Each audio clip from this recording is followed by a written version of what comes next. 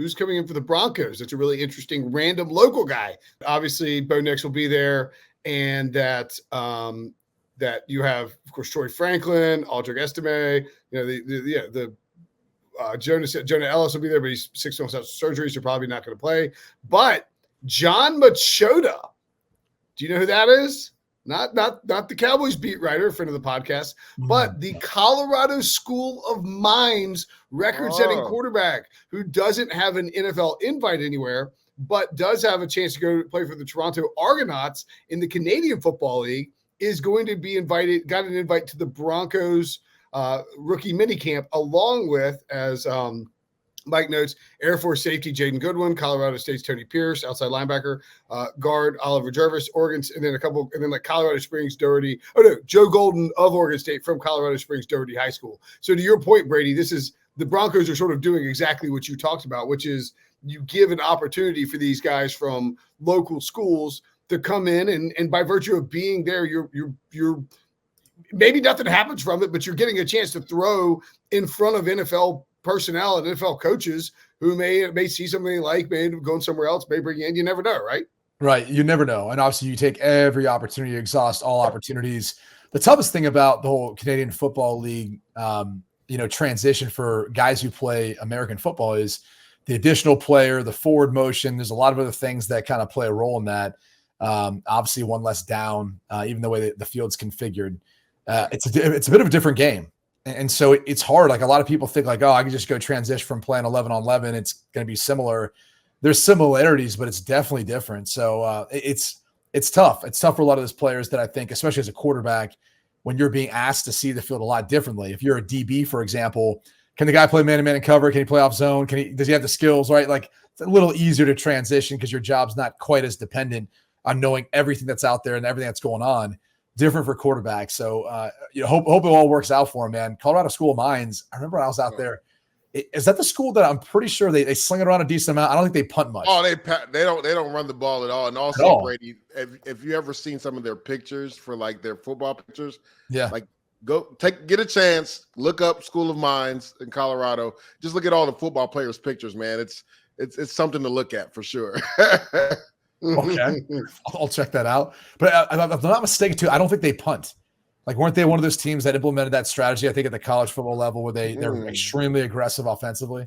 I could be thinking of someone else. Yeah, no, that sounds right. I know they're always one of the top schools in Division II, though, for sure. I'm trying to think what his. So he threw for 4,778 passing yards in 2022 with 52 touchdowns and 8 interceptions.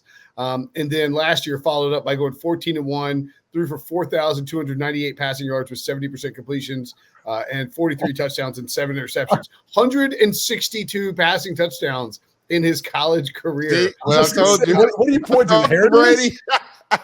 I mean, all the series, these like crazy looking white boys, dudes. I was like, what are you bro? I told you it's something to look at, man. I assume that's what we were gonna get was crazy looking Caucasian. Is that a sticker or a face tat? I think it's their logo. I think it's like a sticker tat, like you can wipe it off. Try looking at Colin Romero. He's got to be on mushrooms, right? I mean, like Nate Sutter looks like he's doing the cross-eyed on mushrooms or something. I don't know. My goodness. It's probably legal out in Colorado. I mean, Lord knows you didn't. I just know they usually are pretty good every year, though. Someone needs to look at the Blake Ramsey headshot for the Colorado School of Mines. He's got the old. I actually feel like. Does Colorado School? I'm trying to think. So I was out. Me and my brother and my dad were out in Colorado for Widespread Panic concerts in like 2019. I know my dad would really want to go, and Bob, he did. He really wanted to go. No, it's the pictures, man. It's not you, Will. Trust me, it's not your story. Okay. You're not even there yet. You're still telling it. I thought you were laughing at my dad going to panic. No, I'm laughing at Chandler. That's why I told you, Brady. You got to. Let's look at it. To behold those pictures. Let's bring them up. Toss them up. Harry to bring them up, man. Some of these. I thought you somehow had like seen them. All right. Anyway, moving along. I'm not going to tell the story about panic. You don't need to hear Okay, all right, there we go. That's almost like rookie hazing, Brady. Like when you got to get the haircut, like your rookie year. Yeah, that's what they gave to Tim. They got Tim Tebow. Yeah. It's the monk haircut. You got to go down to the center. Pugensi, I'm not sure exactly how you pronounce his name, because he's got not only the hairdo, he's got the mustache to go along with it. It's pretty solid.